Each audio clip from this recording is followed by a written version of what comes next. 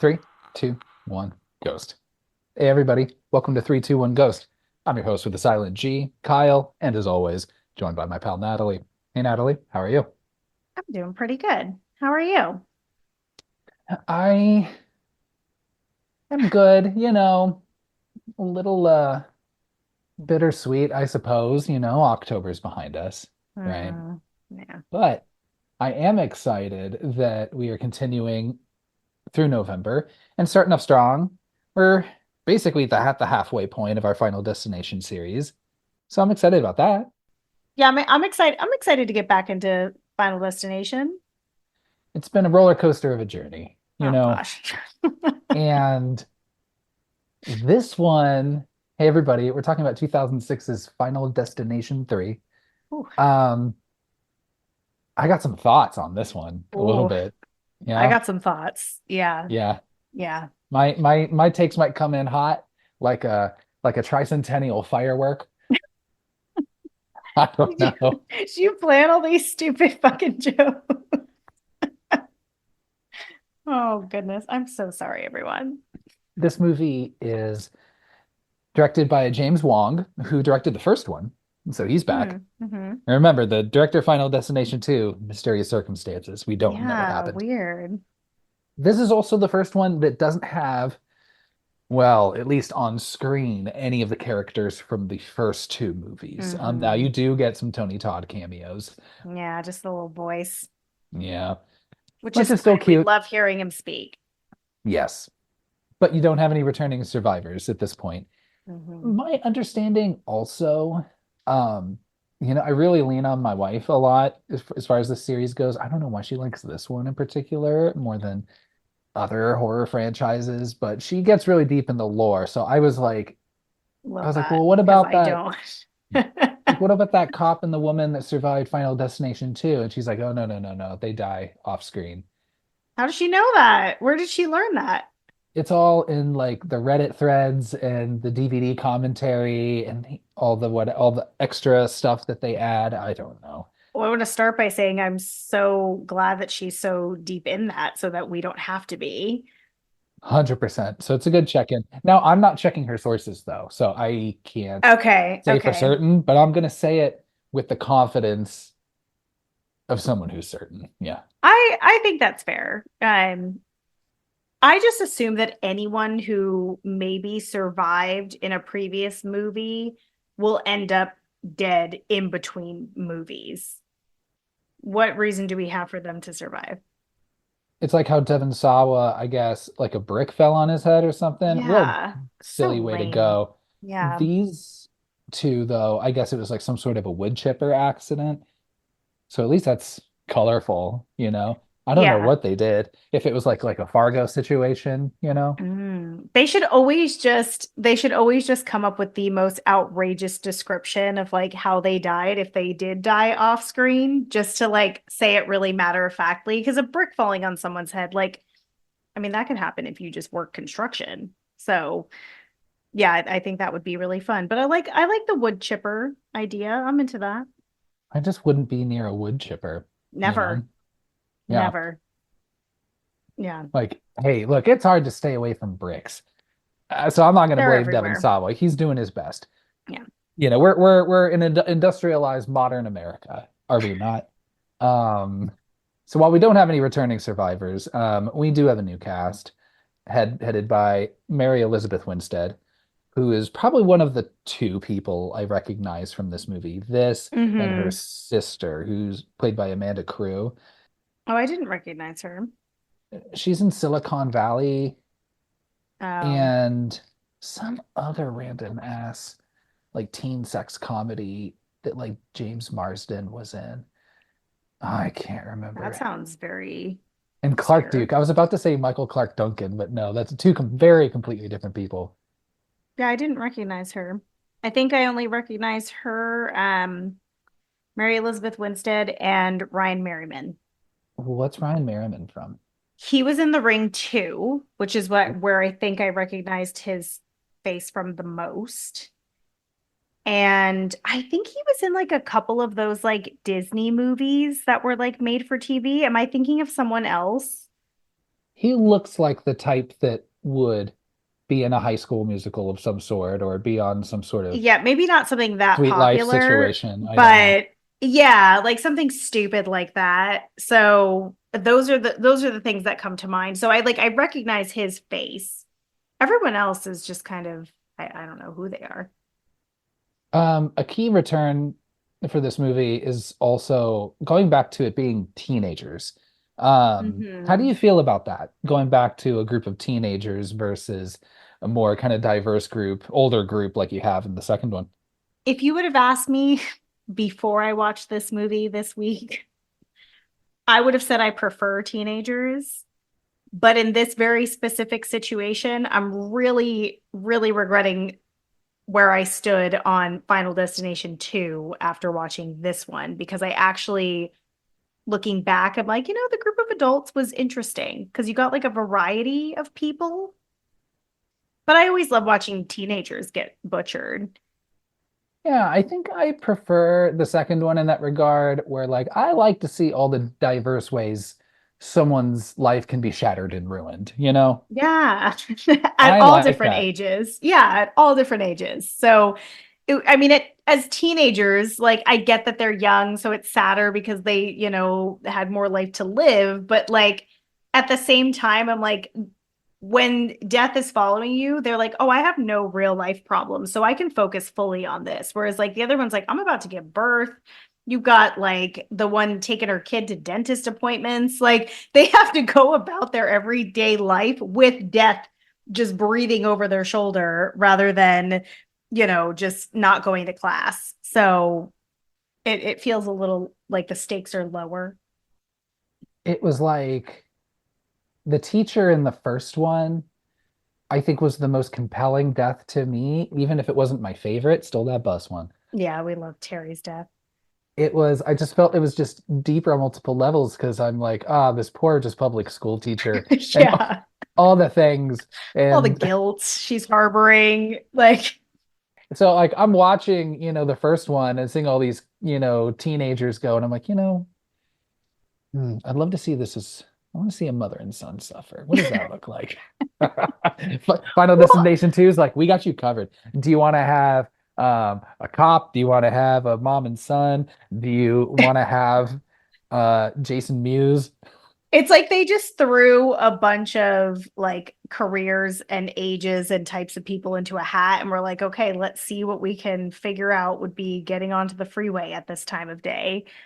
But this movie is a perfect example of why teenagers in this situation can be frustrating because they always have that like mentality of invincibility or like it could never be me. Like there's that like that main character like point of view that they have. I mean, we know they're not the main character, but they don't know that. So I that gets a little tired, but it did make me laugh.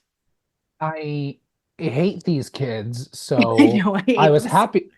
I was happy to see them die, but I think also by virtue of them all being teenagers and all predominantly white teenagers too, Hmm. except for Lewis. It's Hmm. like I would just struggle differentiating between them. Yeah. They all have that same 2006, like kind of Avril Lavigne haircut. Well, this is taking place in 2005. So their grad night is for 2005, which I thought was really fun because we graduated high school in 2005. That's a So long time ago. it is a long time ago. And I'm sorry that I shared that out loud, but I think it's important because I was like, oh, like this is the year that we graduated. And like some of that is very obvious in what they're wearing and the phones that they're using. Like it really took me back. I'm happy to hop right into this. What do you think? We have to go over the rules first, a little refresh. Ooh, yes, please. Always, I have to keep it fun with rules. So this is our third Final Destination movie that we're talking about. We can only reference this film or the films before it. So no spoilers for future films. So if you're going through these movies for the first time, we will not spoil later films, but we're assuming that you did watch 1 through 3. Okay, that's the first thing.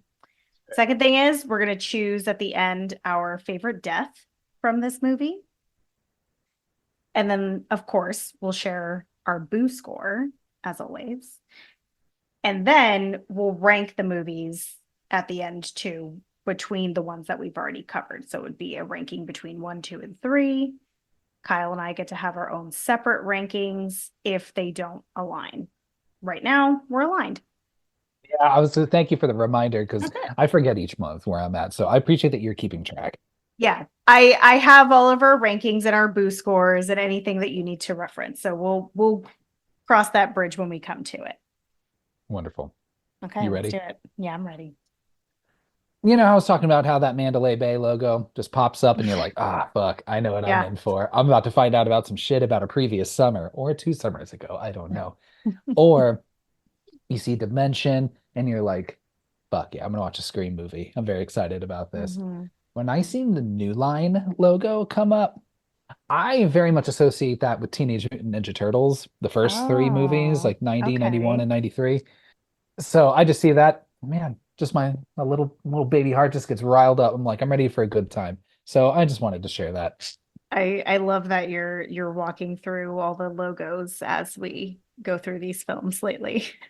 I'm curious to, yeah, like I don't know, maybe we'll ask like when you see a Dimension logo, like what do you think of? Or when you see a Dark Pictures, no, it's not Dark Pictures. Dark Castle. Dark Castle. Yeah, That obviously that one did not resonate with you.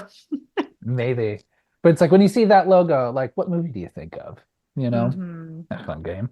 So we've seen a plane crash. Hmm. We've seen this logging truck gone Hmm. astray, right? Now, this third one, Oh, the roller coaster death. How are you feeling about this one? oh my gosh. Um, Kyle knows this, but for all of you who don't know or don't know me personally, I do not fuck with roller coasters or carnival rides in general.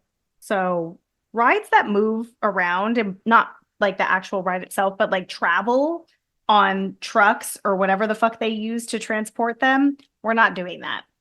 Roller coasters at amusement parks, we're still not doing that. I don't care if they've been stationary for 2 years or 30 years.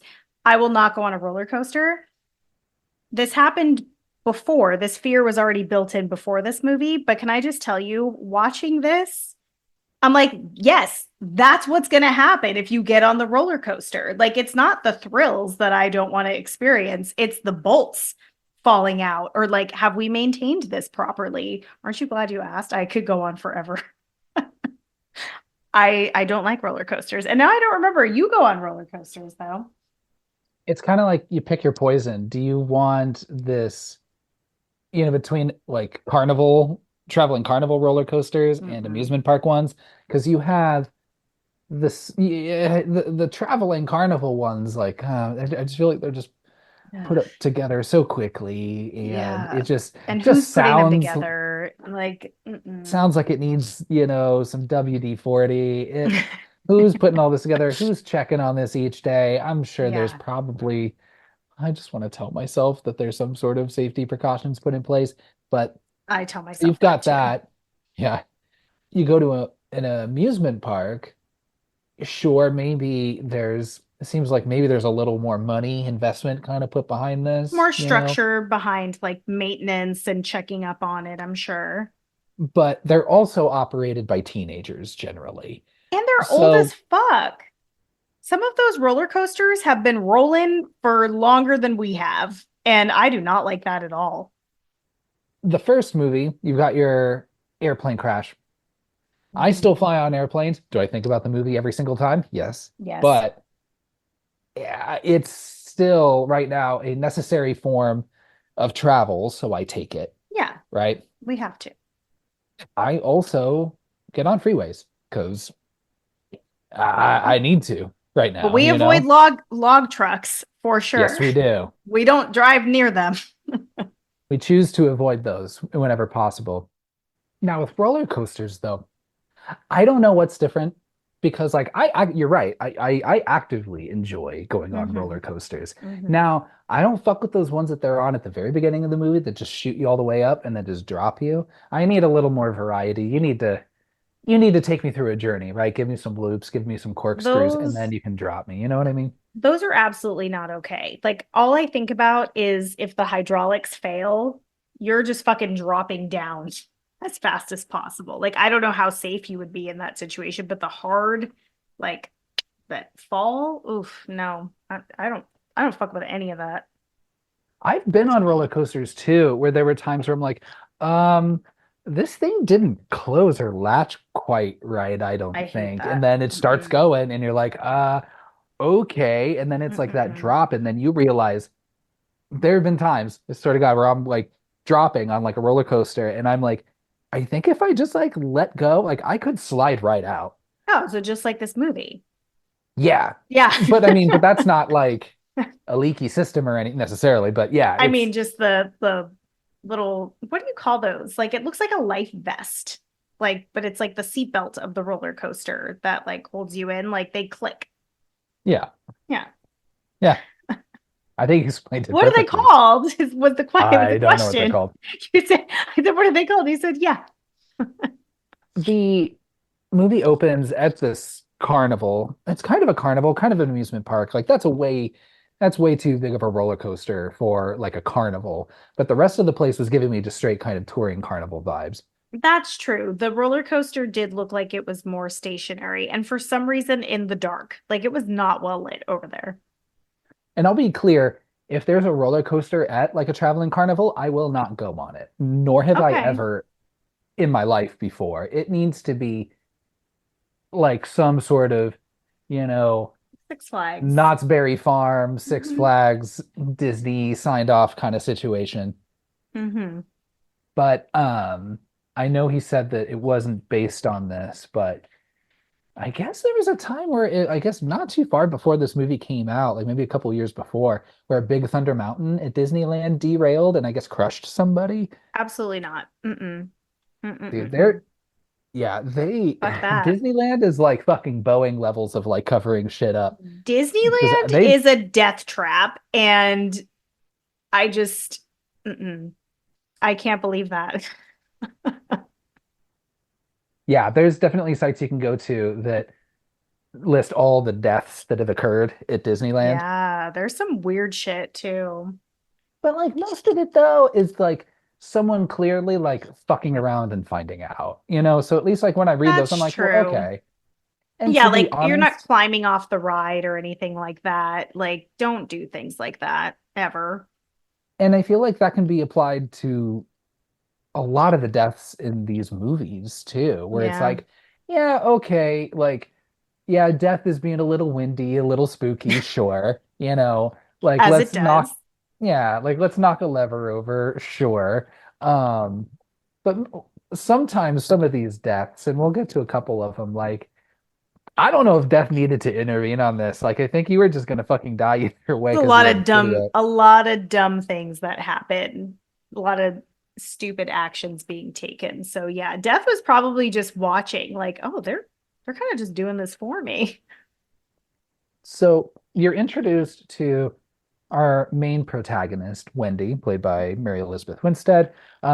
She is at this carnival. It is the class of 2005, like senior celebration night, at this Grad night. carnival. Yeah, grad night. Hmm. I didn't know. I dropped out of high school. I never I went to a didn't go to grad grad night. night. No, they'll lock me in a gym.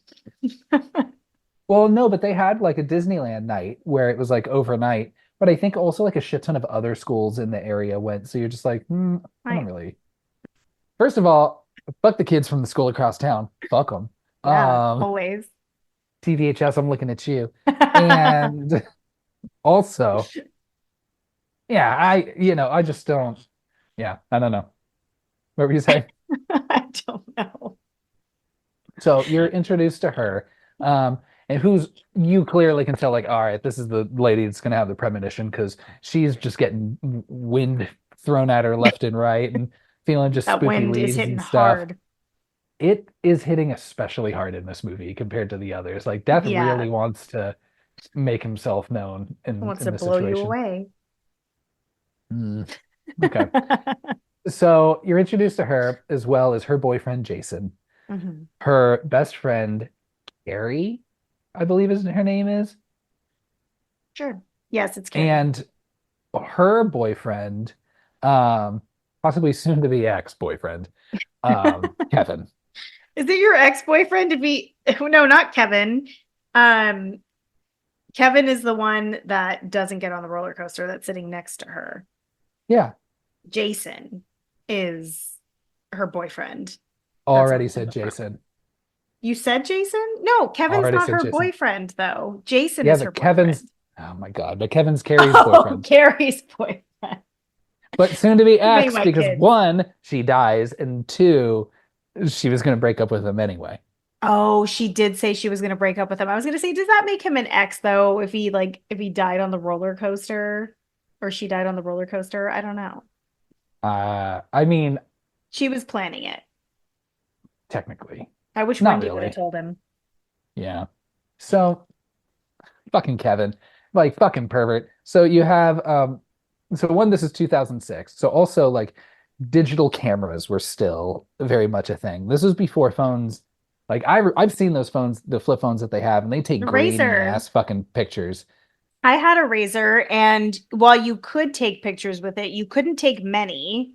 They were tiny and they looked shitty. So like you still needed to have at this time your for those of you who are too young to know this, you still had to have your cell phone on you and your digital camera. But we were taking pictures like more than people take pictures, I think, with their phones when we had these fucking digital cameras, to be honest. Mm, I I was. don't know where you. Yeah. So it's very much a nostalgia trip for us. Mm-hmm. It is you've revealed that Wendy is, I guess, working for the yearbook. So that's why she Mm-hmm. has this camera. Kevin borrows it, tries to take pictures of people's skirts immediately, like a fucking perv. Gross. Yeah, that's why Carrie's just like, I am so ready to break up with this fuck. I don't know why she doesn't just right there, unless like he's her ride Yeah. home or something. That's got to be it. And Kevin never finds out because there's that No. awkward moment later. Where he's like, I was going to ask her to marry me. And first of all, I'm like, sure, buddy. And then two, Yeah. Wendy's like, ooh, ooh, awkward. Check, about please. that. She should have told him. Maybe it would have made him feel better. She has the camera again, Wendy, and you're starting to introduce yourselves to a couple of the people that, you're going to find are involved later on that will be on this roller Mm-hmm. coaster and get off. You've got fucking Frankie. What the fuck? Frankie is dumb as a doornail and the absolute worst. And then you also have Ashley and Ashlyn. Yeah. You also had some other guy she took a picture of, but you didn't see anything happen to. I forget about him though. Was he on the roller coaster? I guess he didn't get on the roller coaster, so never mind. It doesn't Okay. matter. And then you're also introduced to her sister, Julie, played by Amanda Mm-hmm. Crew, who shouldn't be there. This is the first of a couple different references to mom, but like you don't see We any don't see adults in this mom. movie. No. Nope, there are no parents in this movie. Mm-mm. You also, let's see, there's Lewis, who is like a super aggro Yeah. football Jock type. player. Mm-hmm. Yeah. He's playing the that strength test thing where you Yeah. swing the mallet, right? Mm-hmm. Um, takes a picture of him. I'd be like, I don't know. I'd just be coming through and be like, who are you? Like, I don't know. I don't like people taking pictures of me, especially people I don't know. But you would know her because she like you don't remember like random photos of you like ending up in the yearbook and you were like, what the fuck? Who took this? No, no, I don't think so. I feel like if I went through our yearbook, like I could find at least one of you, which I don't, which you probably wouldn't like. If I find it, everyone, I'll take a photo of that and put it on Instagram. Oh, geez, there you go. I feel like I'm like unrecognizable from how I I looked would in high agree. school. Yeah, Yeah. I think for the better, but I think so too. I went through some great phases. Ultimately, they want to get on this roller coaster, Devil's Flight. Um, Everyone except Wendy wants to get on this roller coaster, to be clear. no, not clear. She's dead. Not that clear. So I'd be like, just don't get on. I'd be like, Yeah, sit this you're one like, out. I'll just wait here, babe. I'm gonna go get a churro. Don't even worry about me.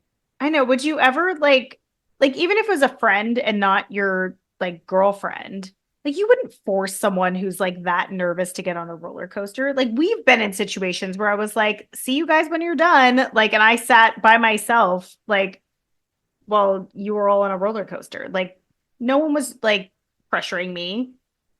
Dude It's has the weird. fucking gall, right? To be like, well, this is your fear because you can't control this. And Yeah. you need to control. And I'd be like, first of all, I am not a fucking control freak. Get the fuck out. I mean, she kind of says that she is a little bit, but also like, I can say that about me. You get the fuck out.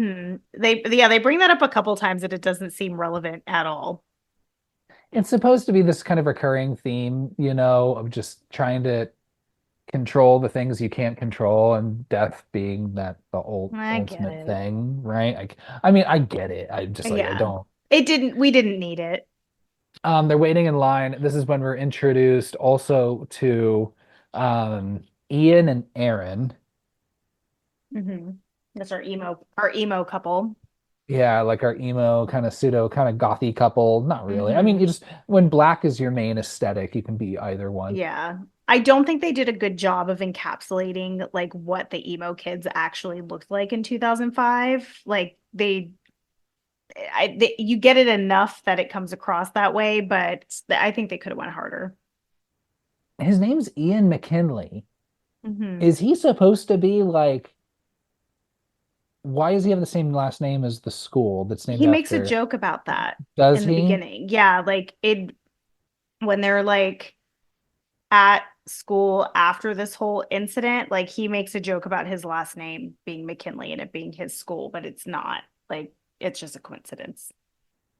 They get on this. Even, oh yeah, what was it? Wendy's just like, I don't want to sit in front. Can we at least like move to a different car? They're trying hmm to negotiate who goes with who.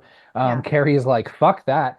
I'm going to Berkeley. I'm never gonna ride front row in a roller coaster ever again in my life. So fuck my best friend. Fuck her. And also, Jason is like, let's flip a coin. I'm like, no, no, Jason, you have to ride with your fucking girlfriend, you prick. Like, let Kevin be in the front row. You ride with your girlfriend. You already are forcing her to get on this roller coaster. That's madness to me. Yeah, to be like abandoned by both her boyfriend and best friend, like, and those are the last like acts that they do before they die. I'm Yeah. like, Good fuck them riddance. then. Good riddance. Yeah. Like, I'm not saying fucking We like, we can get pivot to new friends. Kevin. Yeah, because Kevin can get fucked, but Yeah. they flip a coin. They really make a big deal out of this coin flip. Yeah. Was this movie in 3D? I Because it like I think flies up so. in a very specific way. I think it was originally supposed to be filmed in 3D because this was definitely Mm, kind of like that 3D boom for a for little sure. while. And they ultimately didn't, but they probably converted it to 3D anyway, like they did with Mm, everything. hmm The roller coaster takes off. You do see that it's bleeding a little. One of the little wires is Yeah, whatever leaking that something. weird red suspicious fluid is. Yeah, that's why I was like, this is blood. This is And weird. that happened just from them clicking the roller coaster Life vest. life vest. Yeah. And this is actually kind of a prolonged premonition scene It is so fucking long. The seat arrangements take a very long time, like to even get to the roller coaster ride.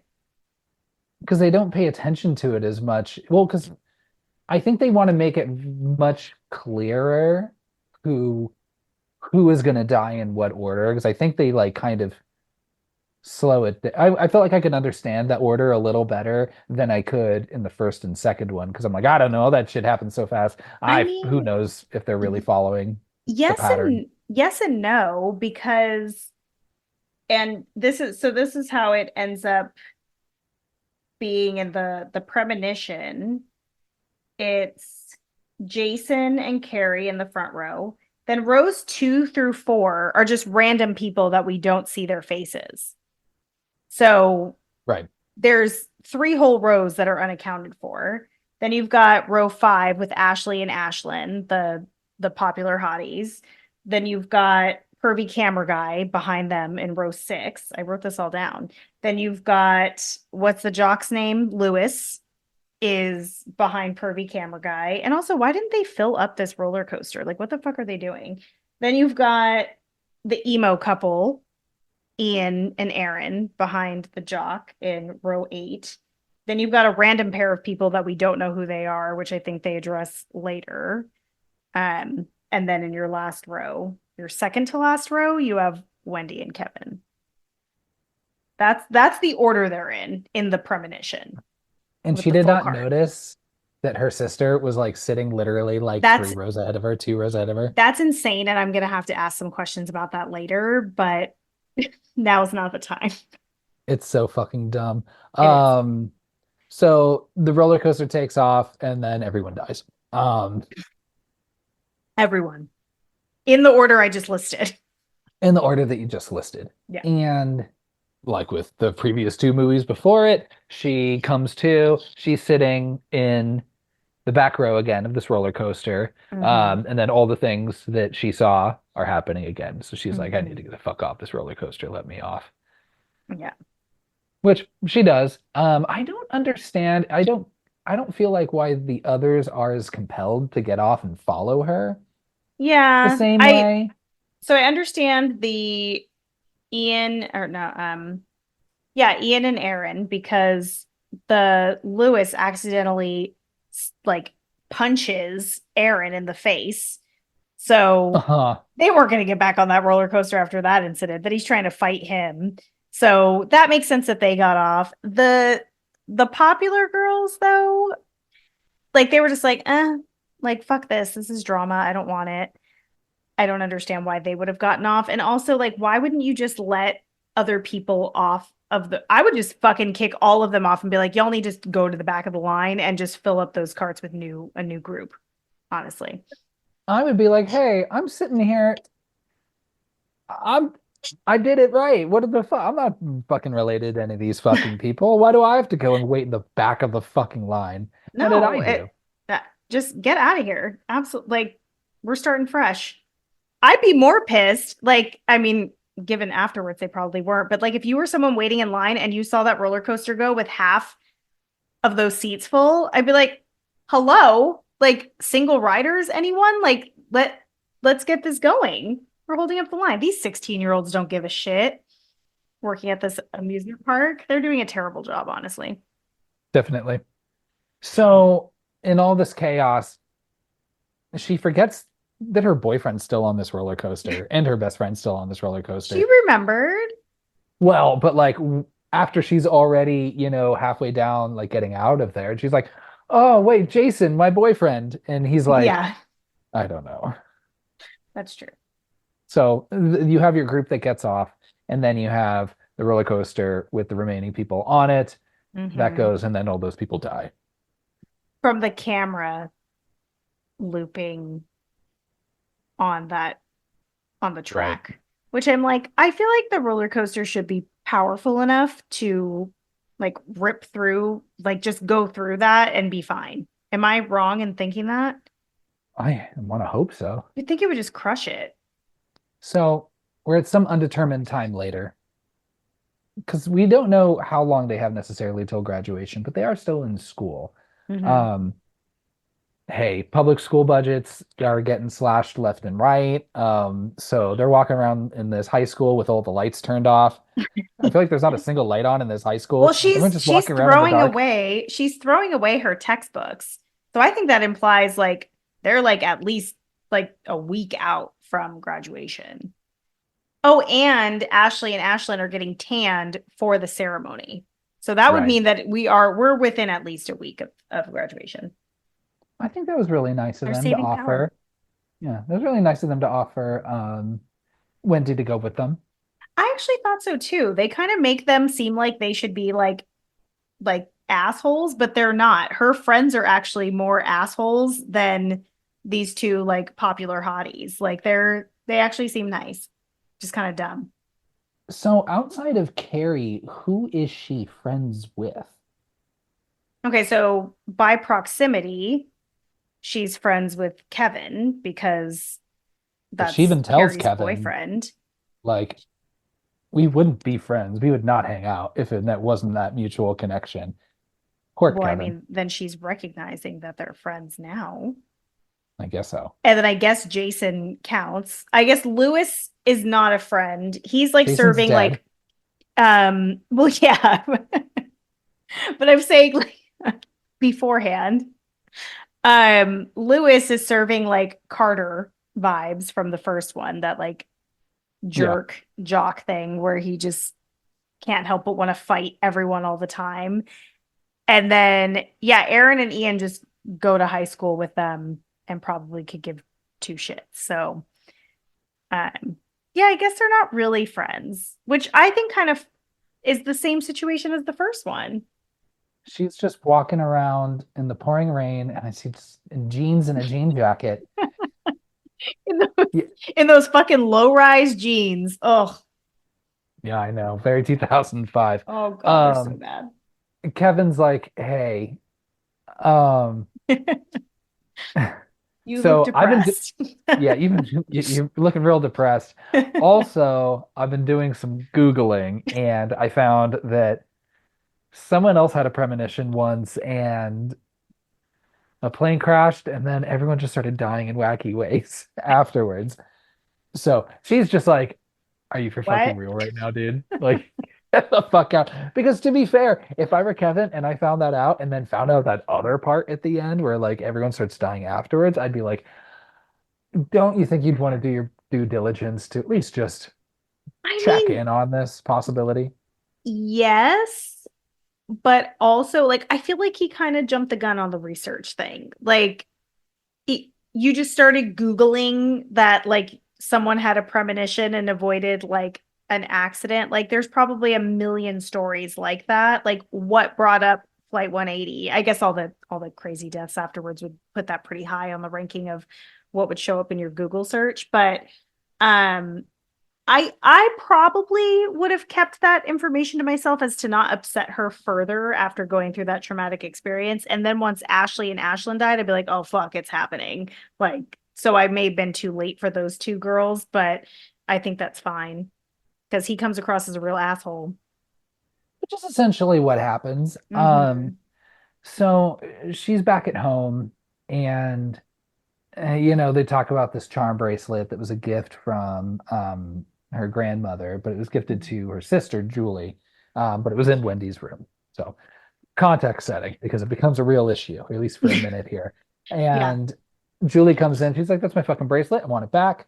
And Julie, sorry, Jesus, Wendy, um, gives this whole thing about like the last shit Jason said to me was I can't control things, and if only I just controlled things better, I could have gotten him off that roller coaster, and I don't want to not have control and then something happened to you and then I feel guilty because I don't have that control. Are you following me? Enough. Yeah.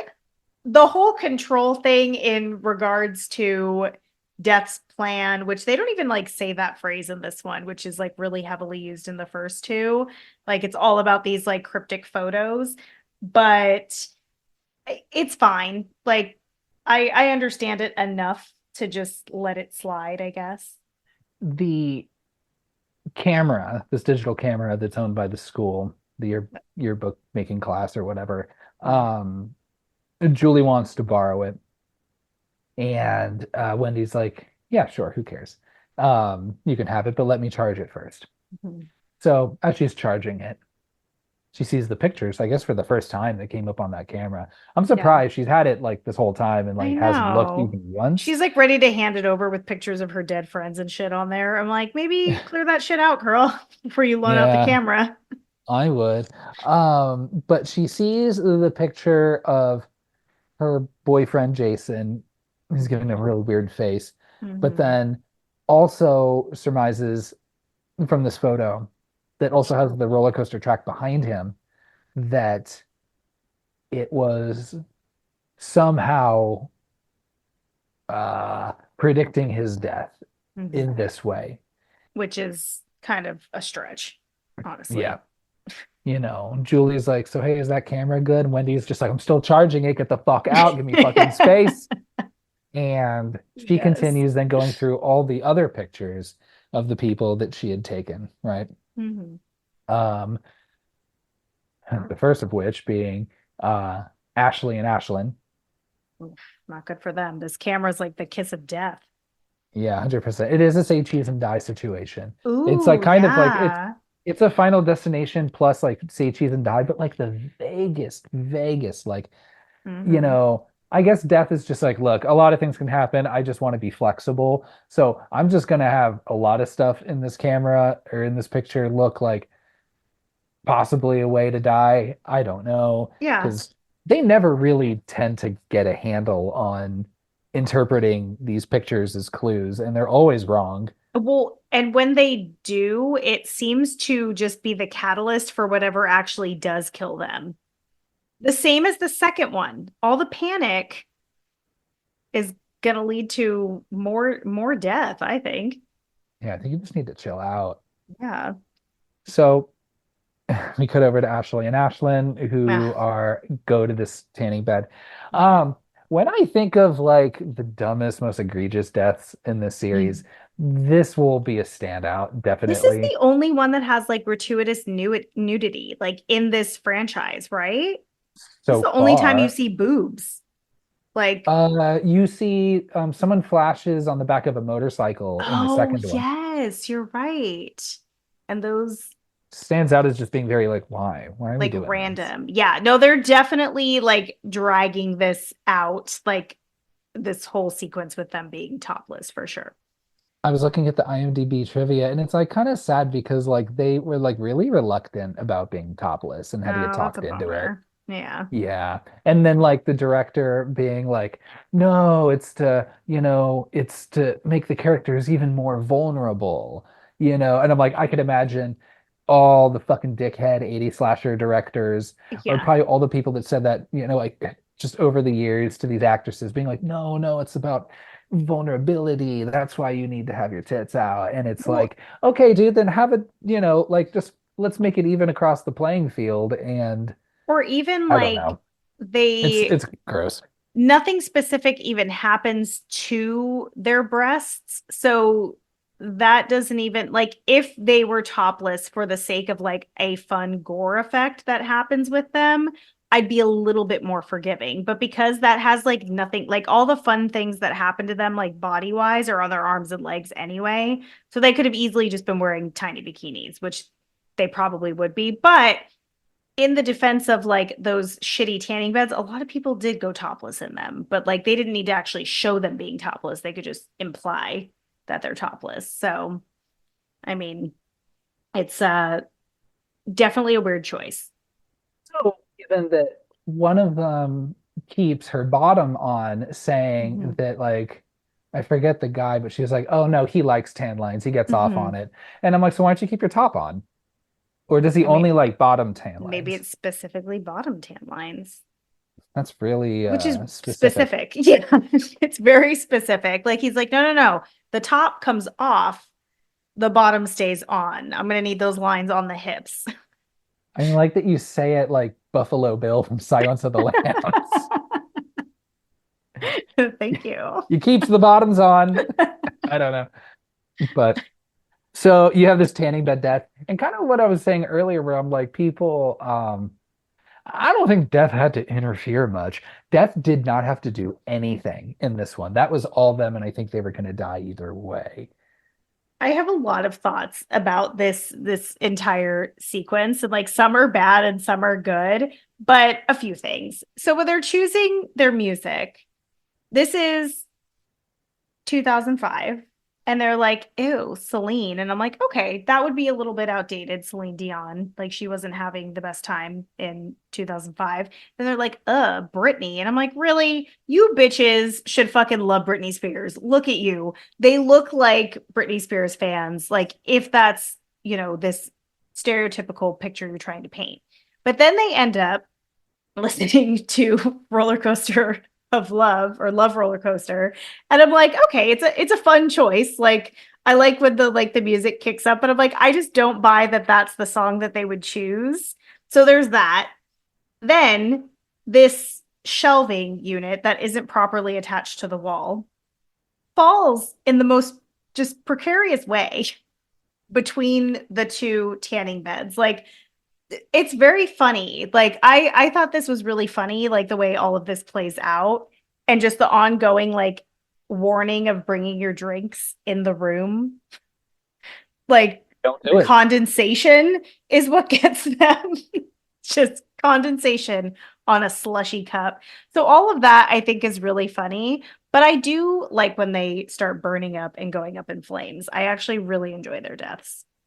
Also curious, were they listening to the same song at the same time? Because they both had earbuds in. I know that's what I wasn't sure about either. Do the earbuds go into the tanning bed? Or do they go, yeah, is it like on an airplane where like if you're all like watching the same movie? Well, there was a time where you couldn't just choose whatever movie you wanted to watch on an airplane. They'd have like one movie that was playing and Yes. you'd watch that and Yes. everyone would plug in. So everyone had Hmm. headphones, but everyone was I listening to miss the those same days. thing. A little bit, but I wonder if it's that sort of situation. I'm not sure. But Maybe. either way, yeah, they're up in flames. Yeah. They're I My favorite part about the scene though is that transition, the overhead shot of the tanning beds with the flames and then right to the two coffins next Uh, to each other. I absolutely love that. But before that happens, I do like the blistering that happens. Like one of them has Oh, like a huge like blister bubble on her arm, and then like you oh. see like a piece of her leg kind of like pop like near like on her thigh. And I'm like, that shit, Ugh. like head injuries, fine. Like we can watch those, but like those heat blisters, like those burns, that's pretty rough. Why are they having a funeral together? I don't know. Like, But I what? think it's cute though. I don't Their think they're families were like, related, are let's they? just, they love each other. Let's just do this funeral together. So if we mysteriously die in tanning beds together, we can do a joint funeral. I think so. So they're at this funeral. I guess, like I said, all of them, I guess, must be kind of friends enough because they all show up here.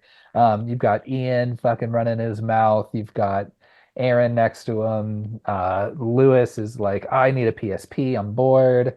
You have fucking um this whole scene. Oh my God. You got Frankie Oh Cheeks yeah. having an existential crisis, but then also starts perving on Julie. Also, let's keep in mind they do comment earlier that Frankie graduated 2 years ago. Yeah. So he So just this keeps is a, showing a up. 20-year-old just chilling with all the high schoolers. Who like dresses like he's from the 70s and you're like, who finds Yeah. that? Like, I don't know. Mm-mm. They're at this funeral. It's also the local cemetery, so Jason's also buried there. Wendy's over at Jason's grave, and Kevin finds her. They talk about how like I'd hope I'd feel like his presence here. Kevin says, I would hope the same thing about Carrie, but I've never felt anything. Which I'm Hmm. like, oh, it's because she wanted to leave you, bro. I'm because like, she fucking left. Like she's on to really, better like things, yeah, probably. like she didn't just leave like the mortal plane. She was like, "Oh, I'm definitely not going to stick around with you, Kevin." Wendy's given a little bit more thought into this whole Flight 180 thing, Hmm. um, and starts sharing this idea of pictures and the pictures that Hmm. she took, and them possibly being clues to predict future deadly events. Hmm. Um, oh boy, I don't know how this, like, when you make when you talk about like a 9/11 joke and you say it's too soon, I guess you find out exactly when I guess it isn't too soon anymore, and I guess it's Yeah, 2006 because I she tries to know. imply that like she shows this pic. Well, one shows this picture of Abraham Lincoln and saying like, "Oh, see, in this picture, there's this Mm-hmm. line across, but that's exactly where the bullet goes through his head." Mm-hmm. And shows the pictures of the two towers with the shadow of a plane going towards it, and then saying like, I don't even know what she was saying, but like something happened that, Yeah. So I did I someone have took a premonition about 9/11 and not say anything to anybody?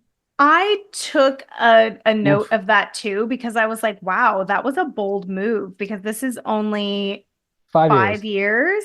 Like that's a pretty touchy subject, especially when your first movie has a plane crash and has a totally different depiction of what like or I shouldn't say depiction. It shows you the history of what the airport used to be like pre 9/11. So, yeah, that was a bold move, especially because this is such a dumb idea, too. Like, on top of it, like, I'm not a fan of this photo bullshit. Like, I actually preferred the follow the signs, like that they were doing in the second one, even though it still like led to their demise.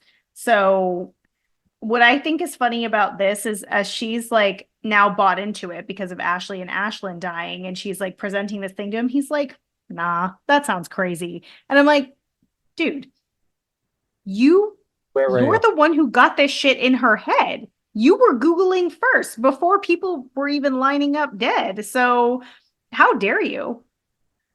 That's some abusive teenage boy shit, you know? Yeah, Like yeah, getting a girl riled up or something, just being like, "Oh, I'm not interested anymore," and just yes. bouncing. And you're like, "What the Yeah. fuck, Kevin? Yeah. Fuck Kevin.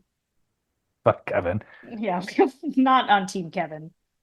So, like I said, she's feeling haunted by this like guilt, death, wind presence. I like that when she brings it up, there's just a dramatic thing of wind that goes through. So, And like the other CGI people notice this. trees, the Yeah. trees look so bad. Like they're like almost like wobbly. Like they look like waves of the ocean. Like we didn't need all that.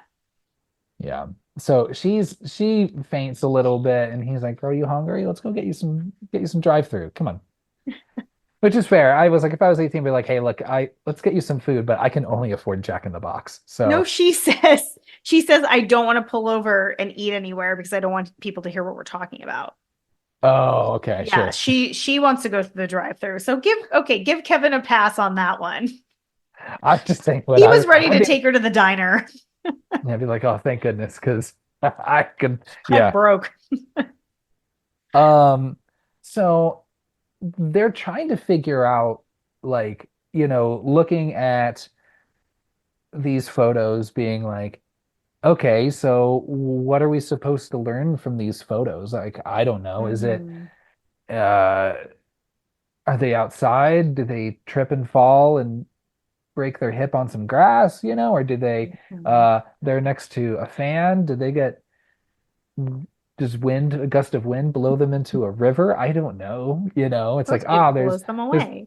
there's little flags behind him. Are the flags just going to be involved somehow, even if I don't know. Like, and they Yeah. never, like I said, they never actually sort this out and It- actually say like, oh, this is going to kill you. We figured it out now and save someone's life. yeah, it's the only time Kind of that at the end. actually works is with Ian, but they don't seem to figure out the pattern. But also, like, okay, if we're worried about dying, maybe we pay attention to the road. Maybe we keep our eyes like focused on driving instead of looking at photos. What the fuck? Maybe it was safer to pull over. Come on, guys. Like, make better decisions here. And they determined that Frankie is likely next, Hmm. but have no idea that he's literally right in front of them at I this know. drive-through. They're too caught up in all of their bullshit that they don't even realize. And I don't like that we don't realize as an audience that Frankie is in front of them either. It feels pretty silly. It's so silly, and it feels it's very deflating because like, Yeah. yeah, I mean it's kind of Sells a fun Frankie's death. death short. Yeah. And and then you just realize like, oh, it's Frankie. Oh. Hmm. Oh, Hmm. okay. And then they see a picture, it's like, oh, he had a fan next to his head. Oh, okay. Yeah. Sure. Whatever. So Yeah. Frankie's dead, which is fine. Um, Yeah. His death was meh. they go back to her house now and they're looking through these photos again. Just being More like, photo bullshit. More photo bullshit. It's a lot. It's like And they're like scrapbooking half of this movie. yeah, they realize, oh, we're looking at the wrong photo of Frankie. It was the one that he had a fan next to him, and clearly that's what happened. You're just Yeah. like, get the fuck out of here. Yeah. Too That's the late other thing. now. If there's multiple pictures of people, then you're like, okay, which one has Yeah. the clue? I don't know. It's Just so like, I dumb. don't know. Figure it out as it go along. And Kevin's like, I don't want to know. It's so weird because he's like, I don't want to know. I don't want to see my picture. I need to be focused. To which I'm like, well, I think that's kind of helpful to know. Is it though? We've been Maybe. through this. Like, if the picture has a fan in it, and you're now every time you see a fucking fan, you're freaking out, you're not paying attention, you're bumping into people, you're knocking things over. Like, it just gets the ball rolling, sometimes literally. I guess so. I mean, I don't know. It's a lose-lose. I thought it was interesting though. He's like, I don't want to see this picture, but I'm going to continually ask you over and over what's in my picture. So Ugh, I know. yeah. And you're like, dude, here's a fucking picture. If I can figure it out. Hmm. So they're like, Lewis is, or at least I think they're thinking Lewis is next. Hmm. Because I don't know if they're entirely sure of the order. Because I know They they're still trying to sort seem, that out with Aaron and Ian, especially, or maybe that's when they're trying to figure out people that sit next to each other. Like, what does that look like? But I think they yeah. do know that Lewis is likely next. So they do visit him at the gym. Well, because that he's an easy answer because he's just in a row by himself. So they're Right. like, as well as Frankie. Frankie. So they're like, okay, it has to be Lewis. Right. So they go visit him, who is working out at this gym Ugh, with all of this his high gym. school football buddies. And Jesus, I know. Like the aggro energy is pretty good. And then like the taxidermy bear that's in that gym, like why is it there? This whole gym situation is so stressful and not in a suspenseful way, but in a like, I just want to leave way. Like, I'd be like, you know what? Let Lewis just do Lewis. Like, we can just skip this right now. Like, he is so obnoxious. Like, he's at a 10. I know. He's the worst. He is absolutely a cartoon. Yeah. And he's just talking about like, now I'm in control of everything. I'm gonna do this and this and this. I'm gonna play, all the high school football games and be this famous athlete, blah blah blah. I did Mhm. think it was pretty funny that like even a dude as kind of pompous and sure of himself, he's got pretty modest goals by his Yeah. standards, right? Yeah. He's like, I mean, he's still a teenager. they live in the Bay Area, and I kind of deduced this from Carrie going to Berkeley, and then also him Mm. mentioning that he's going to be taken second round by Oakland. I'm like, really, Mm. bro? Like, that's your fucking goal is playing for the fucking Raiders, dude? Good luck. Oh, Jesus Christ. And second round, you're not even a first round pick by the Raiders Yeah. did not think you were good enough for their first round pick. I mean, I think that's a big accomplishment. I'm not a Raiders fan or anything, but like if you got picked at any round in the NFL draft, I'd be like, good for you, man. Good for you. You sound like Marge Simpson at the end of that episode of The Simpsons when Homer is gifted the Denver Broncos, and you're like, the Denver Broncos. Marge is like, I think owning the Denver Broncos is pretty good. Like Yeah, Marge, literally. Marge, you know nothing about football. And oh geez, and the Broncos are in, Fuck the they're not, Broncos. yeah, well, yeah. This whole situation, they think it might be the Bonkers. swords because, and then they've got swords on a frame. You see people spilling water out of the water fountain and plugging Boom in their boxes. boom boxes next door. So like everything is just very stressful. Yeah. You've got a little bit of a Rube Goldberg thing that'll, basically fuck up this machine. But I did think it was kind of cool, at least how he died. You get that fake out, the swords, he survives that. But Hmm. then he, like, I don't even know what you call this machine, I don't know either. right? But he uses his own strength, This, which he demonstrated was super strong earlier, right? So he's yeah. doing the strength test. And then those things fucking come in and just smash his head in. It was pretty Here's funny. maybe I'm overthinking this. Yeah, I thought that was pretty fun. But it only cut like one of the like I think you would like call that like the tension wire. I only saw it cut one Mhm. tension wire, so I thought like maybe it would like knock off his head and like hit him from one side instead of like squishing his head from both sides.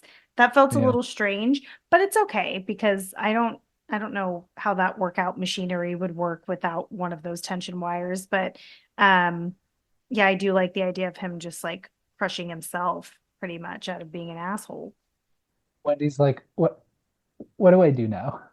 I am I feel like I am not helping in any way. Definitely not. She's just witnessing. Yeah, she just keeps showing up and watching people die. Um, Yeah, like that's one of my issues too, is like there's no like group gatherings and conversations about what's happening. Like it's all just Kevin and Wendy appearing to whoever's going to die next and then and it then they playing die. out, or like we skip someone and go to the next person. Like you don't get that like the group conversation that you get in the first two. One rule that they kept from the first one is, like you mentioned, that skipping somebody, that Mhm. if you intervene and save somebody, death will then just go on to the next person. But like I said, I thought this was also kind of dumb because like once like deaths have been skipped, like towards the end, they're just like, oh no, no, we figured it out. When I'm like, no, I saw Mhm. that first movie and like, no, We it circle circles back. back around. Yeah, it just keeps going in a circle. I think you just buy yourself a little bit more time. Yeah, that's why you'll get to the ending later. It just felt so like, wait, no, really? Y'all are just like accepting this as the end? Hmm. Um, so they're like they're still trying to figure this out. They go to this Hmm. hardware store. It's after hours, and you have Ian and Aaron So I who, completely forgot we're even in this movie at this point. Like yeah, when I was watching it, I was like, oh yeah, these two. especially because like Ian becomes this like weird like late story shift antagonist, kind of, but Yeah, not yeah, and really. who the fuck cares about him? Like, Ah, Jesus, I yeah. know. I wanted probably more Aaron, less Ian. Oh, for sure. Definitely more Aaron. They go to this hardware store and they're not buying it. Everyone's like, Ian and Aaron are like stocking the shelves, not really paying attention to what they're doing. Um, hello, narrator. You're forgetting the most important part. We've got pigeons again. Well, I did write down pigeon cameo again. So, and also I'm Okay, like, you they're deserve back. to fucking die, Ian. Like, dude, you just fuck straight up kill a pigeon for no reason whatsoever. Get fucked. Well, he said that his boss wanted him to get rid of the pigeons, and I'm like, okay. One, when Mhm. you work in a big box retail store like that, like you've got exterminators. You don't have your employees, your hourly, like teenage employees, getting rid of the pigeons. And two, did we tell him to kill them with a nail gun? What the fuck? That's Yeah, dude's brutal. unhinged. He's unhinged. That's mean and gross. So when he dies, I'm like, all right, like good riddance. Honestly, for most of these people. Hmm. They're like trying to convince them. They're like, yeah, I don't know. What brings this up this whole like again, all these like jumps in logic where it's like, it's Newton's law for every action there's got to be a Yeah. reaction. So it's like I forget, so maybe if you killed yourself, Hmm. Because he's we'd saying skip it. if death can make energy shift and push you to die, then you should be able to push back at it with your own actions. I thought he meant just like by making active choices or like, shifting from one path to another, but he meant like actually like killing yourself, which I'm like, well, that kind of defeats the purpose, doesn't it? Like, And then what? they try that in the second one, like in a more compelling way, where like the dude pulls the gun and starts shooting himself and Hmm. can't get any of So the we bullets know out. that doesn't work. So you're just kind of like, as much as this is a standalone thing, it's just like, it just feels kind of boring to hear them. and I know this is a new Yeah. group, but it just feels just really exhausting to hear them keep like coming up with the Yeah. same solutions that we know don't work, and you're like, okay, why are we Hmm. still talking about this? So I was just getting really antsy during this part. Me too. It drags on for a long time. So when the death finally happens, it feels good. And I this was a really fun one. I do. I do So love watching the nails go through her face. Wendy sees those like tiny little flags that were behind Ian Hmm. that were also in the picture. So she was like, ah, Hmm. this is it. Again, like they show up and like they just keep startling him when he's trying to operate Yes, this a machine, forklift. this Like, forklift. And I'm like, what? again, you all are just like kind of like half partly causing all of this. Yeah, they're like Each place yelling you at go to. him. Like, when you're driving and somebody like shouts out something, like it makes you like kind of twitch, like while you're driving or like lose control of the wheel or, brake or something like that. They're doing that to him with the forklift right now. Tell me if this sounds dumb, but like, It does. yeah, thank you. What if the movie ended with like, if it was a really like a one-off and it wasn't connected, and then you learn that there is no death, there is no malevolent force. This was her Mm. and all of this in her head, and she actually has more control than she thinks and is Ooh. actually inadvertently causing all of these accidents and these deaths. And then that's where you like, Lorna, I don't know. It's kind of dumb. I need to workshop it, but I like the idea It is a little dumb, but it's also a little intriguing. and like would actually do something with that idea of like her struggling to have control over things because we Mm. are going from scene to scene to scene of her seemingly having no Yeah. control no matter how much she tries to prepare to murder, how much she tries to study the pictures and Hmm. figure out the pattern, For but then to sure. find out, girl, you actually are more in control than you think. Yeah. um Stop fucking with people when they're on forklifts, and I don't know. But yeah, so they save Ian. But then through all this ruckus, another kind Oh, of Rube Goldberg thing happens. Aaron, slips, falls back, and then this just nail gun just starts just over and over and over, just shooting I nails through know. her face and through her Ugh, hand. through her brain. Like, Oh, and they're just watching horrified. this is the thing though, like it kind of looked like how we talk about how we love like a good like post kill like twitch kind of Yeah, thing, like or like a spasm. She actually looks like she might still be alive. Like she's yeah. moving so much. So I was like, oh shit, is she still alive? I remembered this one the least, I would say. So like as I was watching it, I forgot how everybody died. And I was like, is there a chance that this girl is still alive? She's not though. She's not, but I think she was for a little bit. I think Like she as was they're for a little watching bit. That horrified and sucks. she's moving, yeah, Yeah. Ooh, that sorry, sucks. Aaron. That might be tied with the tanning bed as far as like, ooh, that's a drawn out kind of Ooh, torturous kind of yeah. death a little bit. Yeah. Maybe not as bad as the tanning bed. Being burned Yeah. alive is pretty I it's pretty think the rough. nail gun would be quicker because just the brain trauma might like Yeah. turn some stuff off like quicker than just burning. How many friends are dead at this point? There's a few. We're They are running at out the of police people. station and she is being interrogated and then leaves the police station, where Kevin catches up with her. She's like, I don't know. I told him everything about Flight 180 and all of this and this and this. And of course, And they they're like, laughed oh, at me and were like, this poor girl is super traumatized. yeah. She She said she needs was there help. for 10 hours. She was grilled for 10 hours. What? That's insane. Like, do they think she's responsible for these murders? I mean, she kind of is, but like intentionally? They realize that, well, since Death skipped Ian and then killed Aaron, Mhm. we're next. We don't know in what order necessarily, or at least this idea she thinks that her and Kevin are next. Because at this point, she does not think that there's anybody else that was on that roller coaster. Oh, they don't remember at this point that there's two people in front of them.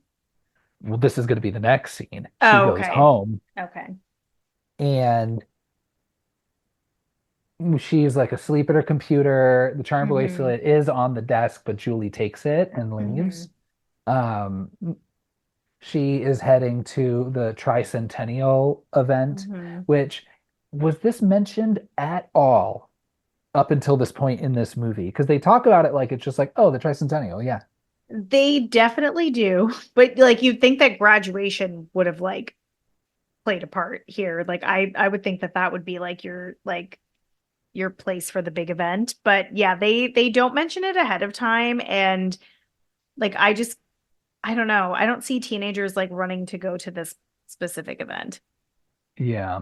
So, Yeah. I mean, especially like being like at like kind of like a carnival again, where like a lot of kids A died. lot of Like, let's trauma. a lot of trauma, right? So, Julie takes off with the bracelet. Wendy wakes up, is going through the photos again, and then sees that one of the wrist with the bracelet on it and being Mhm. like, oh fuck, my sister, I think, was on that fucking thing too. How did she not notice that? She's I dumb. just that's ridiculous. I did not like that as like a weird twist. And also Julie is I think my least favorite character in this movie Oh, I hate her for in this like the movie. upcoming scenes that are about to happen. Yeah. So her and her friends are on the way to the tricentennial. Wendy calls Kevin, who is working security at that Mhm. tricentennial, um, and is just like, hey, you got to look out for Julie. I think her and her friends are next. They were sitting ahead of us.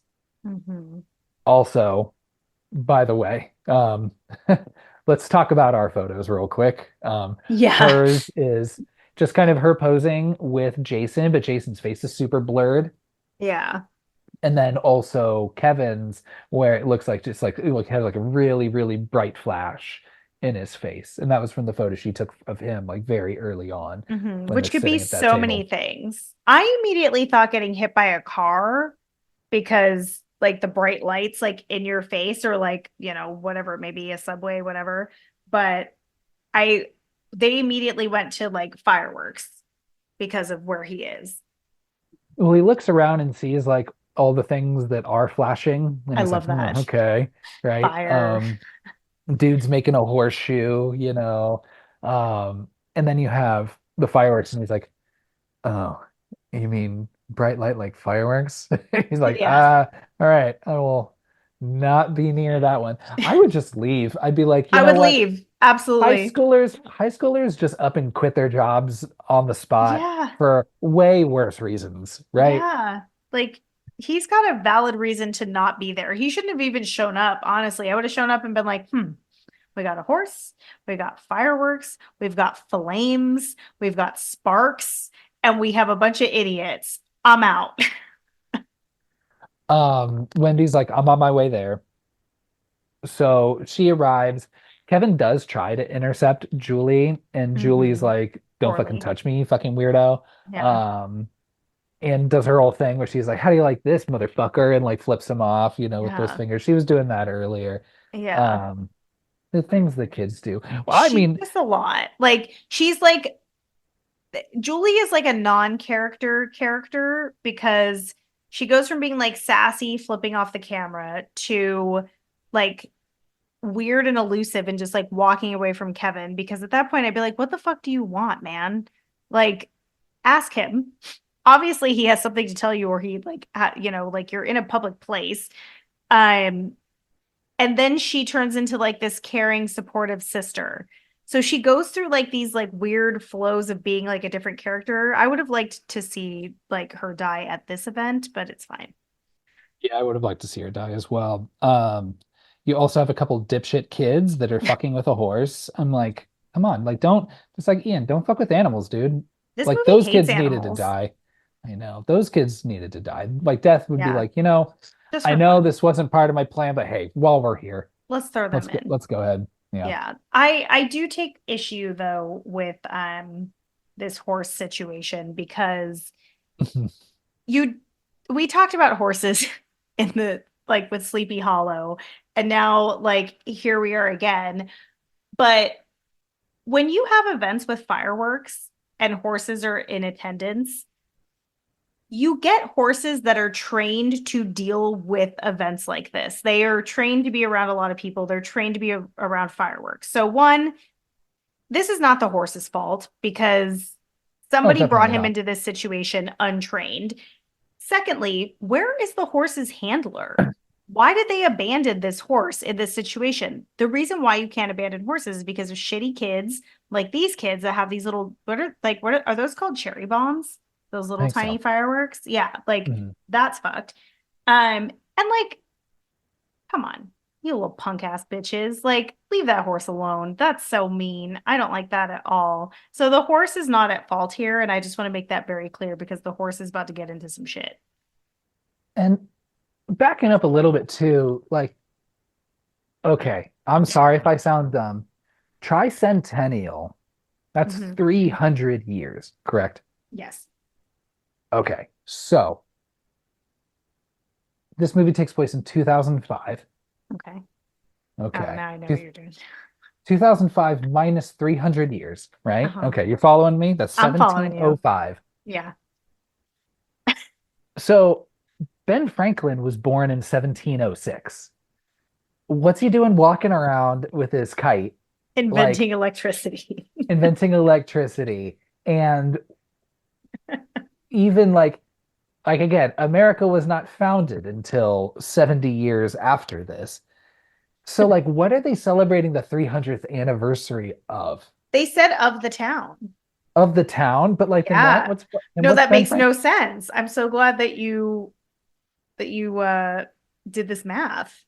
And then also it's like this town, like what are you talking about? They're on the West Coast. Like Yeah, there's no what chance. Are we sure though that a tricentennial is 300 years? It is, I don't right? Because a bicentennial is 200. yeah, and they Yeah. celebrated America's bicentennial in 1976. Just like the next one will be 2076. That would be the Yeah. tricentennial of like America getting going, right? So We weren't I was even just so there yet. confused being like, am I just like dumb? Am I dumb with history or dumb with math? That I don't that none of this is adding up exactly. Well, But maybe they're going from like when the indigenous population was like on that land. That could be that's like the only thing I could think of. William McKinley wasn't even born until like 140 years after that. So the town is named McKinley and they're celebrating the 300th. I just don't get it. So Is that the name of the town or just the high school? I don't know. They don't, do they say the name of the town? I don't think so. I just got from the Oakland Raiders thing and the Berkeley thing that it was probably somewhere in your greater kind of Bay Area. Yeah, like it's California for sure, Yeah, which didn't which become a is state newer until than the East Coast. Yeah, this is all not adding up. This movie is losing boo cred here. yeah, I was gonna say like I'm looking this up. California did not even become a state until 1850. Yeah, So no, I'm it's like, super new. s- I wouldn't say super new, but yeah, Well, probably. compared to like the 13 colonies. So sorry to get roped in on that. Just I was like, what is going That was on? a And journey. why wasn't just graduation like the last event, you know? Like you Graduation should have said. been the last event. Yeah, you could have had a lot of fun with that. I think they just had like, I don't know, maybe there's some failed production of like a biopic on Benjamin Franklin, and they're like, hey, we've got all these costumes. Can we use these somehow for something? Yeah, man, let's call it the tricentennial. And you're just like, yeah, sure. Like they didn't do the They math. didn't think about it at all, not one Just bit. run with it. Good call out. So the horse obviously gets fucked up by, you know, the fireworks and stuff, and the kids fucking with them. Poor The horse. horse takes off and also pulls out the stake that it was tied to. Mm, So that's whipping around left and right. yeah. It's running through this crowd. Somehow doesn't, I don't think, hurt anybody else, Mm-mm. but It knocks over a few manages, people though. knocks over a few Yeah. people, but also manages to like whip around Julie's neck and then just start dragging her. Yeah. You think that would break her neck? I think that alone would break her That neck. jerk, like especially the second one, when the horse starts like running again, like you see Yeah. that pull her, and I was like, oh, that should break your neck for sure. Before this, speaking of Ben Franklin, my favorite line in the movie is when Kevin's like looking around and seeing all the things that can kill him, and then Ben Franklin's like, "Oh, I doest thou pray for lightning?" And Kevin just goes, "Fuck you, Ben Franklin." It's so stupid. It gets past the point of stupid where it's funny again. Yeah. Yeah, So for sure. so Wendy arrives to see Julie being dragged around by the horse by the neck.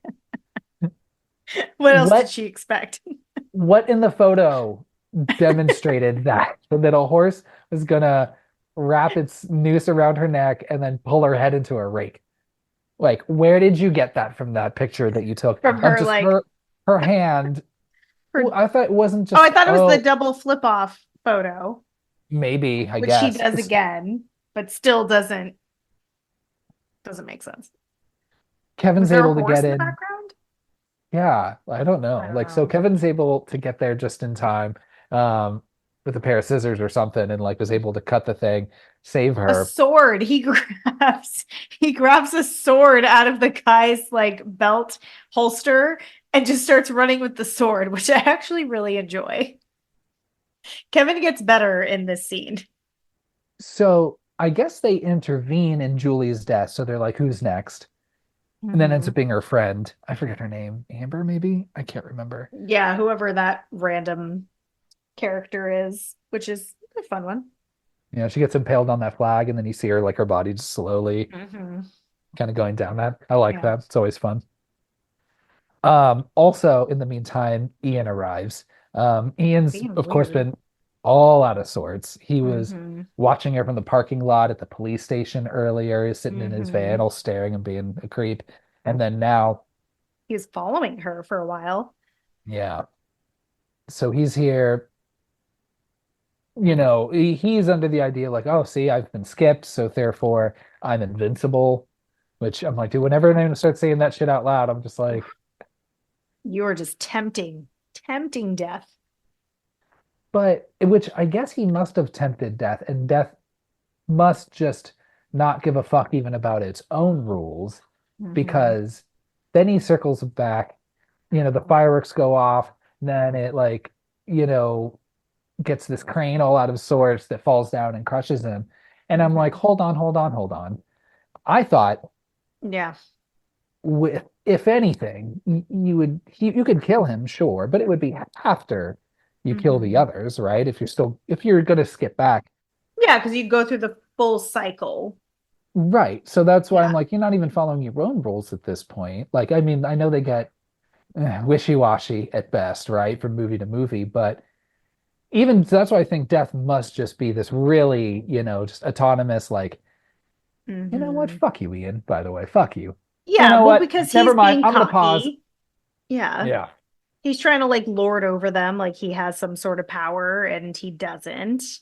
I did think like the way that he shows up and is like creeping around and like the way he's walking around and like this wouldn't play out well. But in the photo of him and Aaron, he's holding like a toy gun or something.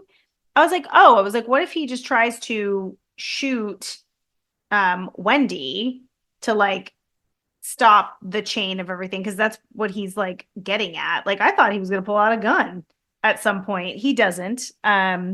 But that's where I thought it was going. I'm glad that it didn't, but it makes less sense this way.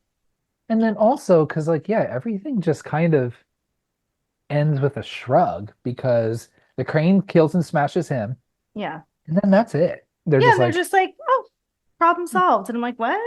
Is it? yeah, what made you think that when you two were still in line, that death circling back and killing someone who was already supposed to have died, but you intervened already. So you're already fucking Mhm. with death's design or Because they whatever. save Julie, she saves Kevin because he almost gets like flambéed or something. So like she like, pulls him out of the way and Right. So she um was supposed to he die was next, supposed to but then die next.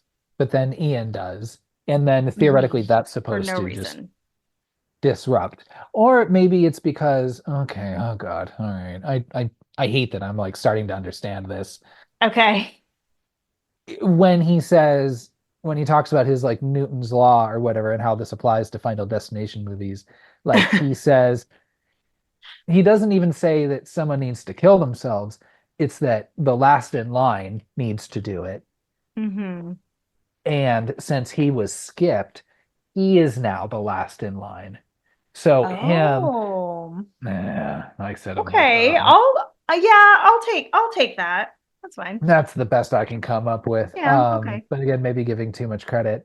Yeah, So, probably. but they're like, oh shucks, we did it. All right. And Oh, then shucks. we fast forward again to a certain period of time.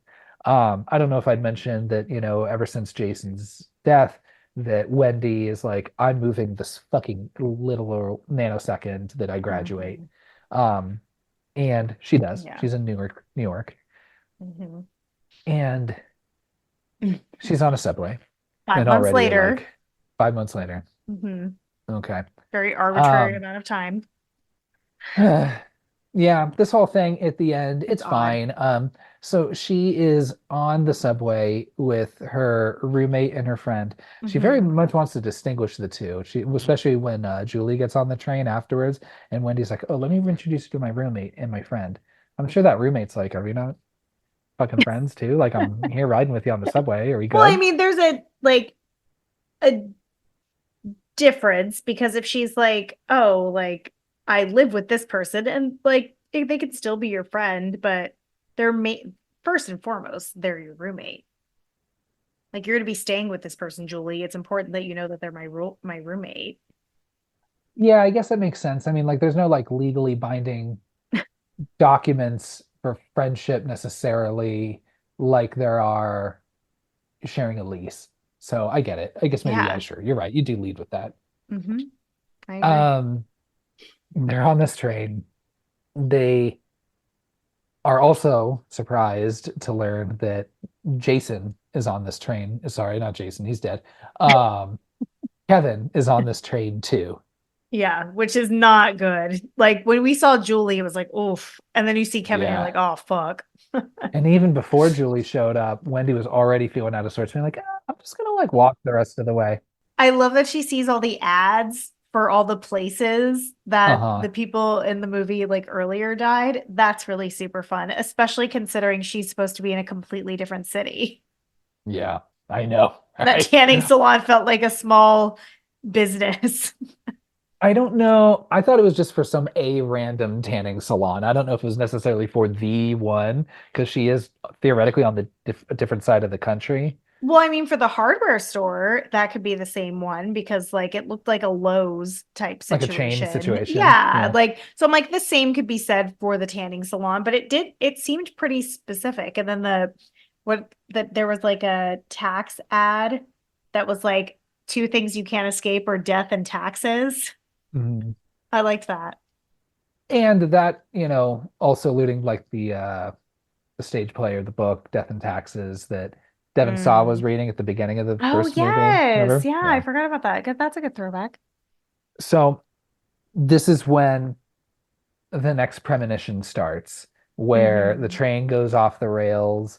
Maybe someone Hmm. drops some toothpaste that like a rat's eating. I forget, something like that. But the train goes off the rails.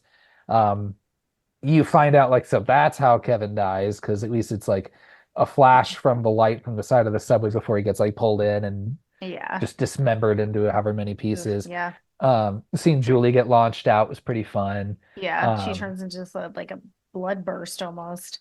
Pretty much. Hmm. And then Wendy is the sole survivor only for a moment, Yeah. as she's looking and seeing the piles of dismembered bodies all over the place. And then Hmm. the other train starts coming right towards her. Boom. Boom.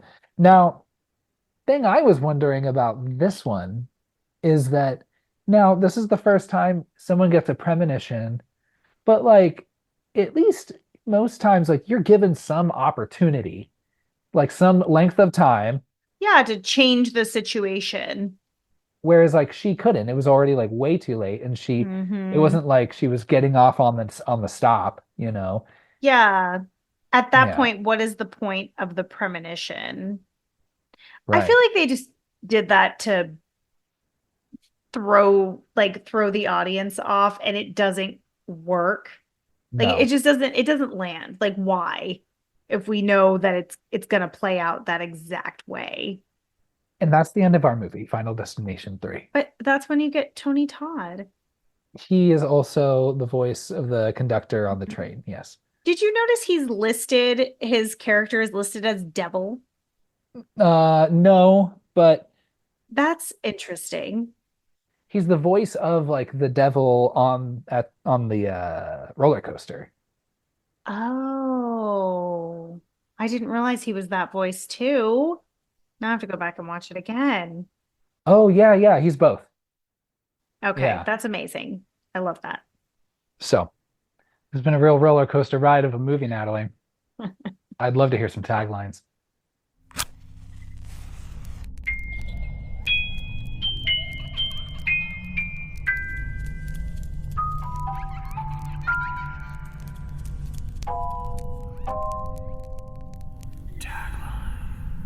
Okay. This movie has one tagline.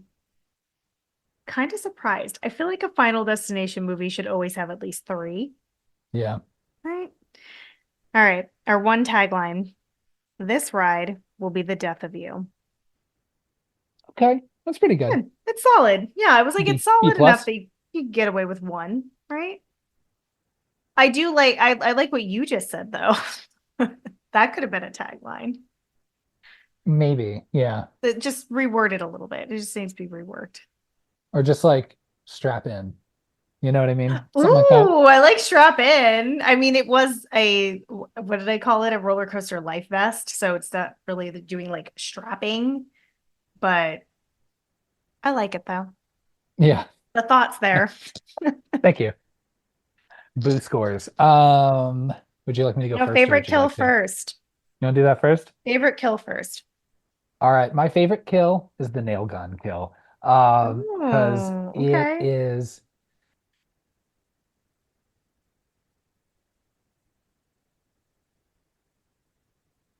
Yeah, I like a good surprise. Oh, yeah.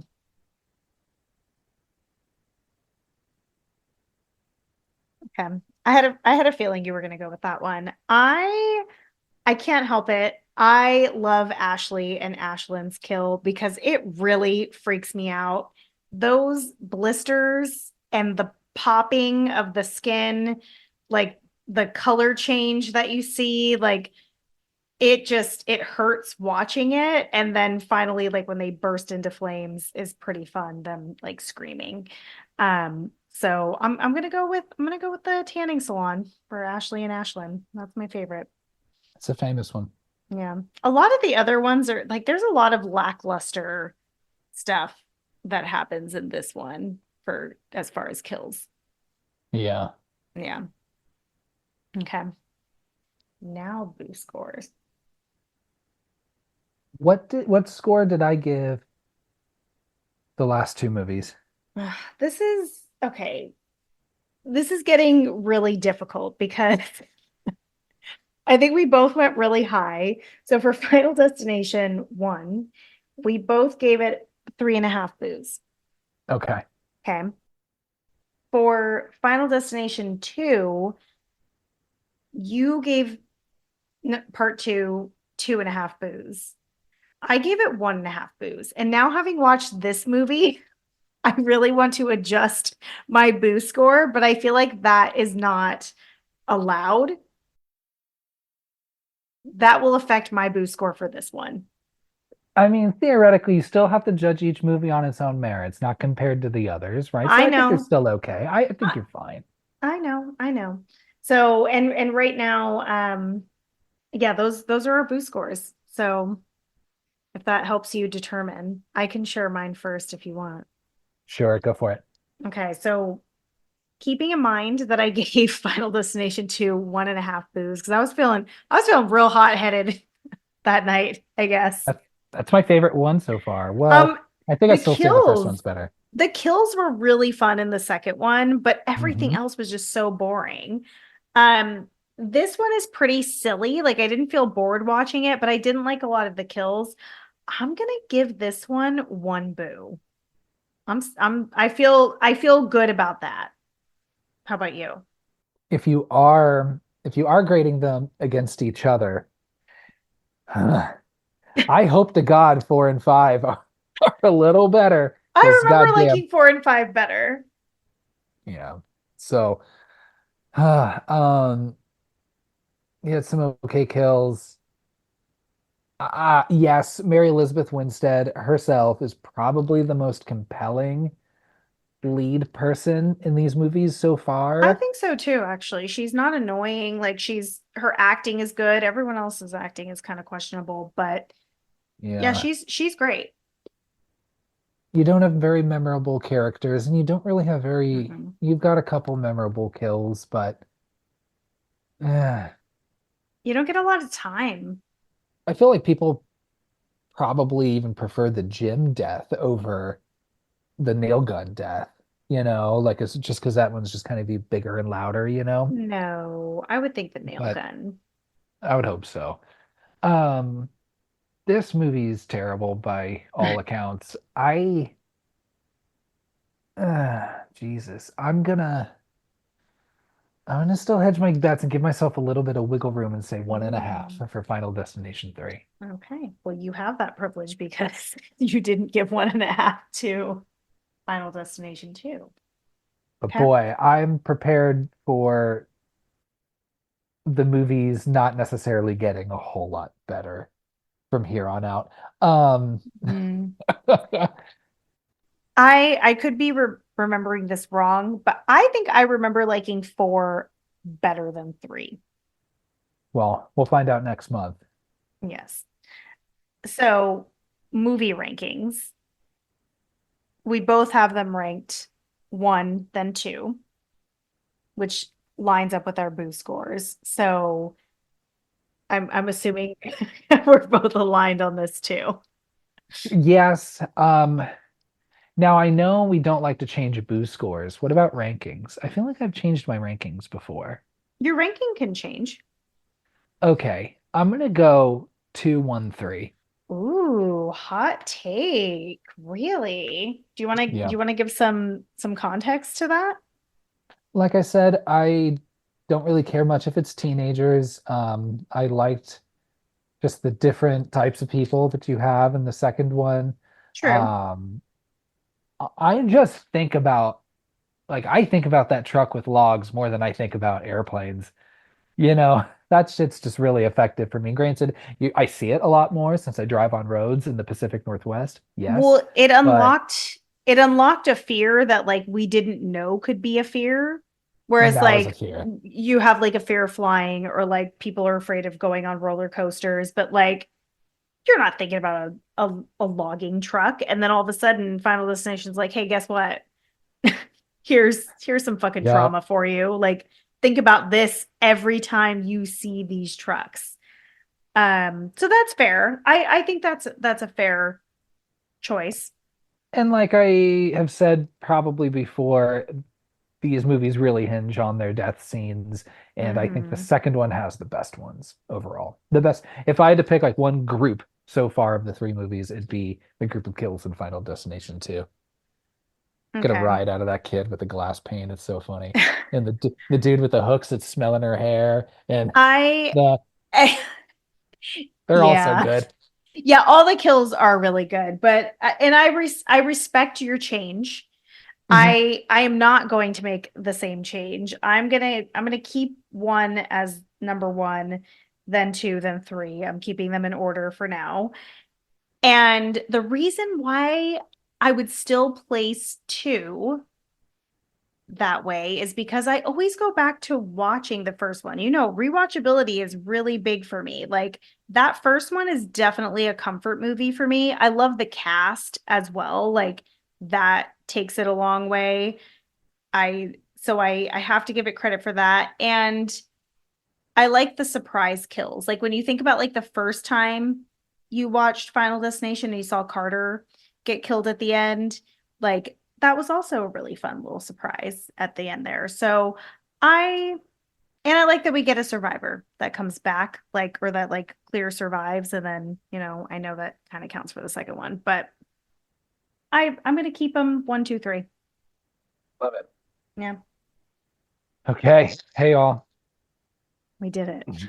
It's a wrap on Final Destination 3. Yeah, hope to see you back next month as we go through the Final Destination, Yeah. which I do appreciate keeps in line with, adding these like final chapters in Yeah. horror series that like are never Art. the last one, rarely ever the last ones. So, Well, very this one explore. is called Final Destination, so every single one is wrong Yes. in its own way. Okay. Anything else? No. Hell yeah. All right. Take care, everybody. 3, 2, 1, go.